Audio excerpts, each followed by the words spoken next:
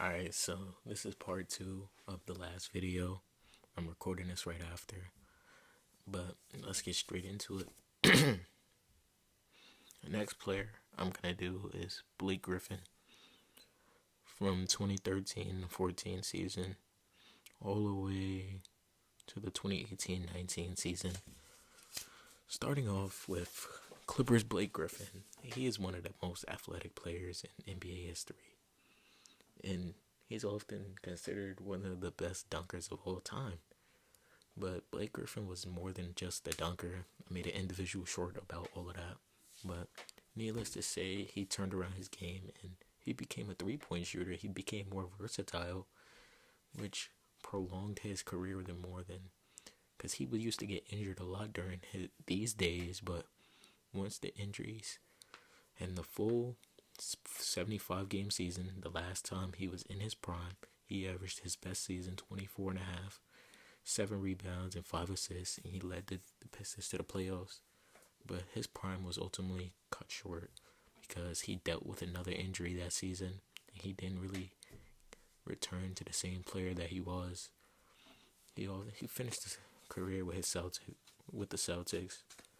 He played a role player role in Brooklyn, but he was never the same Blake Griffin that we all knew and loved. Next player I'm going to do is Chris Paul. And Chris Paul, I don't know, it's hard to say Chris Paul's prime, because Chris Paul has had a long career just like LeBron has had a good long career. People often don't talk about Chris Paul's longevity, but he's been one of the best players in the league for a long time. But let's get straight into it. Hold on, I had to pull it up on my phone because I didn't take a screenshot for some reason. But yeah, I would say his prime started early in the 2008-9 season, all the way. When would I say his prime ended? Because it went on for a long time. I would say it ended 2017-18 season.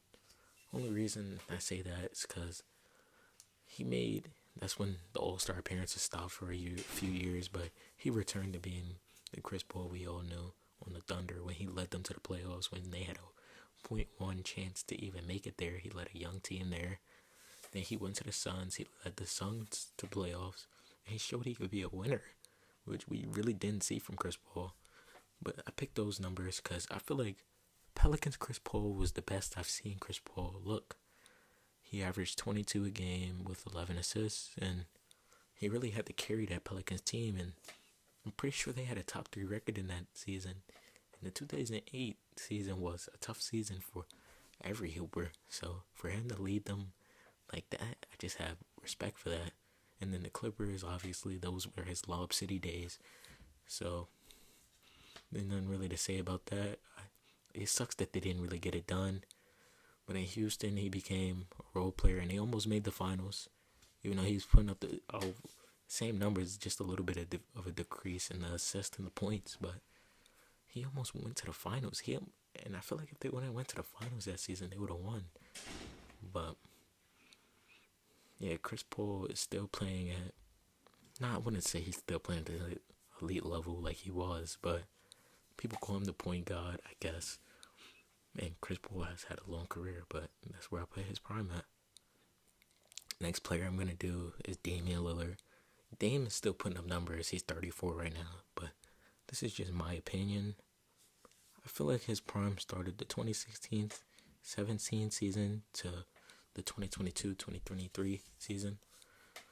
In 2013-14 season, he was an all-star, yes, but I feel like Dame didn't become superstar level till the 2016-17 season when everybody realized his name. He was an all-NBA player. The year before, he averaged 25 a game, but he was really not. He was known as an empty stats player right after LaMarcus Aldridge left. But that's when him and CJ McCollum led them to the playoffs that 2016-17 season. It became more than just this empty stats guy. Showed he could lead a team. Even though Dame doesn't have the accolades to match up with the career or prime he's had. He really he made the top 75 for a reason. Obviously, he could hoop. In the 2019-20 season, obviously, he had one of his best years. He averaged 30. The 2022-2023 season, his last year in Portland, he averaged 32 a game. And he even put up a 70-point performance. So that's when I feel like his prime ended. In Milwaukee, he's still trying to find his rhythm, I guess. And he could still return to the old name, but all of these superstars are getting up in age, these legends of the 2010s. So that's where I just put him at. The next player I'm going to do is James Harden. And James Harden's prime started right when he left Oklahoma City, in my opinion. It started the 2012-2013 season all the way to the 2020-2021 season. And the reason why Harden's prime ended is because of his hamstring injury. I feel like because that season he was in the MVP ballot with KD and Kyrie being hurt. He led that Nets team before the injuries. And if James Harden never got hurt, they would have won. They would have beat the Bucks, and they probably would have won the finals, if you want to be real. But obviously history didn't go that way.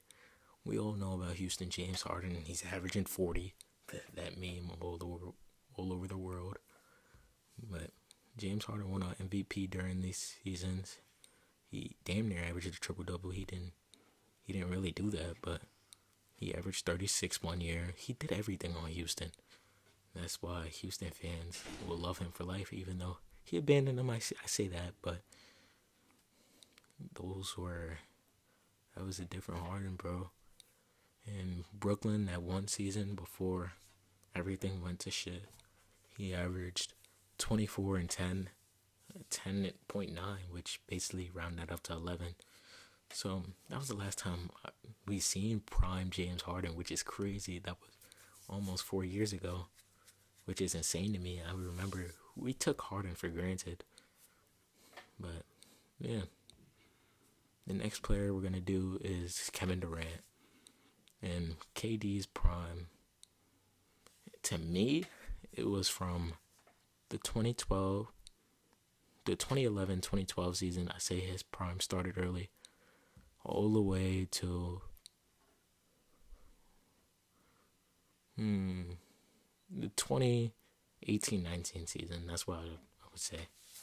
I would say that, but obviously he had a better season in Brooklyn than he had in Golden State. But I just feel like athletic KD was just different before he had to adjust his game. But obviously, if you could pick either or, it's Kevin Durant. He was still a bucket. He was still doing anything he wanted on the court. He's 7-foot demigod. But I feel like those Oklahoma City days were his best years. You can argue with me if you want to. He won an MVP there, and he led that team next to Westbrook with shitty players around them. So him and Westbrook couldn't really do anything. Later on, I had to realize, like, you can't blame KD for leaving that terrible team. When he explained it, what was he supposed to do with a team around no shooters? But I do blame him for going to the Warriors, but obviously that worked out for him, creating a super team, getting 2 finals MVPs, and getting 2 rings. But I say that's when his prime ended, I guess. That's where I would put it. Now, the last player we're going to do, obviously we can't leave him out, is LeBron James. And LeBron's prime is hard to do at all, even if you wanted to put a name on this shit. Like, he averaged 27 when he was a kid. He was 22, averaging 27. So where would you put his prime? But in my opinion, his prime started the 2011-2012 season in Miami up until the 2017-18 season. When honestly, LeBron has had 3 primes. So for me to put those seasons in together, you could pick either or. But I feel like Miami LeBron is the best LeBron I've ever seen. People say 2018 LeBron because of the team he had to lead, but 2011, 2012 to 2014, LeBron was on a mission. He was the mission to prove all of the doubters wrong, and he did that when he won his ring against a young Oklahoma City Thunder team, and they beat the Spurs the year after, even though they lost in 2014. And in 2016, he brought a ring to Cleveland when he returned. 2015 arguably was one of his best seasons, but they lost that year because Kyrie and Kevin Love got hurt. And you can't really do anything with Matthew Dellavedova and Iman Shumpert starting on your finals team. So, yeah. And then LeBron's third prime, I feel like from 2020 to, from 2019, the 2020 season to the 2022 season, that was a short stint, but he got injured against the Hawks, against Solomon Hill. I remember that injury.